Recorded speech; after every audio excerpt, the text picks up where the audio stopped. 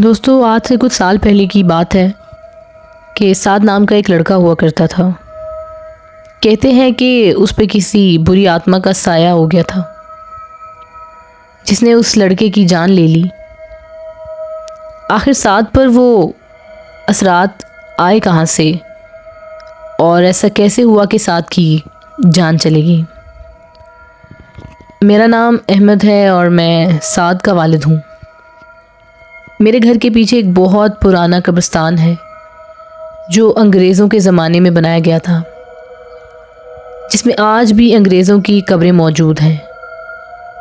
मेरे घर के कमरों की खिड़की इसी कब्रिस्तान की तरफ खुलती है और मेरे घर की छत से भी ये खौफनाक कब्रिस्तान साफ नज़र आता है।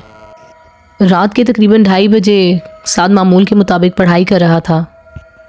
खिड़की से बाहर झांक कर देखे तो दूर दूर तक किसी का नामो निशान नज़र नहीं आ रहा था।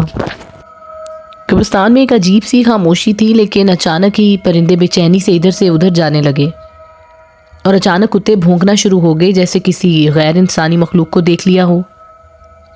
साद इन आवाज़ों से परेशान होकर खिड़की बंद करने के लिए जूं ही आगे बढ़ा ही था, उसे अंदाज़ा नहीं था कि जो मंजर वो देखने वाला है वो उसकी ज़िंदगी को बदल कर रख देगा। साद खिड़की के पास पहुंचा और उसने देखा कि एक औरत मैली कुचैली चादर लिए कब्रिस्तान की तरफ जा रही है और कुत्तों ने उसे घेरा हुआ है। साद तशवीश के आलम में अपने घर से निकलता है और उस औरत का पीछा करता है। इतनी देर में वो औरत कब्रिस्तान के अंदर चली जाती है। साद ने सोचा कि रात के इस वक्त कब्रिस्तान में जाना ठीक नहीं, लेकिन उसका दिल तो कुछ और ही कह रहा था। बस फिर वही हुआ जिसका हमें डर था। साद उस औरत की कब्र पर पहुंच गया और अब वो उस औरत के सामने खड़ा था। साद ने उससे पूछा कि वो कौन है और यहाँ क्या कर रही है। उस औरत ने बिना मुंह मोड़े अपनी पूरी गर्दन पीछे घुमा ली।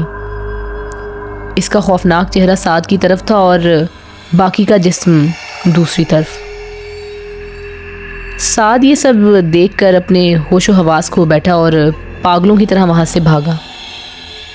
भागते भागते जब वो कब्रिस्तान के दरवाजे तक पहुँचा तो उसका पैर एक पत्थर से टकराया और वो ज़मीन पर गिर गया। सर पर चोट लगने की वजह से वो वहीं बेहोश हो गया। सुबह हुई तो मैंने अपने बेटे साद को वहाँ बेहोश पाया। मैं उसे उठाकर जल्दी से घर ले आया और उसने हमें रात को होने वाला पूरा हादसा बताया। बस उसी दिन से उसकी तबीयत ख़राब रहने लगी और उसे अजीब से दौरे पड़ने लगे। उसकी रातों की नींद उड़ गई।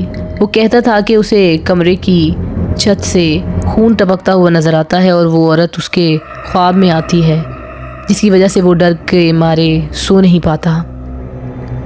इसी तरह दिन गुजरते गए और फिर एक दिन साद अपने कमरे से निकल कर आया। उसके कपड़े मैले हो रहे थे और हाथों पर नाखूनों के निशान थे। मैं साद की तरफ बढ़ा, लेकिन अचानक अजीब सी आवाज़ें आने लगी और साद ने उसी औरत की तरह अपनी गर्दन घुमा ली। अब उसकी गर्दन मेरी तरफ थी और उसका जिस्म पीछे की तरफ, और देखते ही देखते साद की लाश ज़मीन पर पड़ी हुई थी। ये वो आखिरी दिन था जब मैंने अपने बेटे को जिंदा देखा था।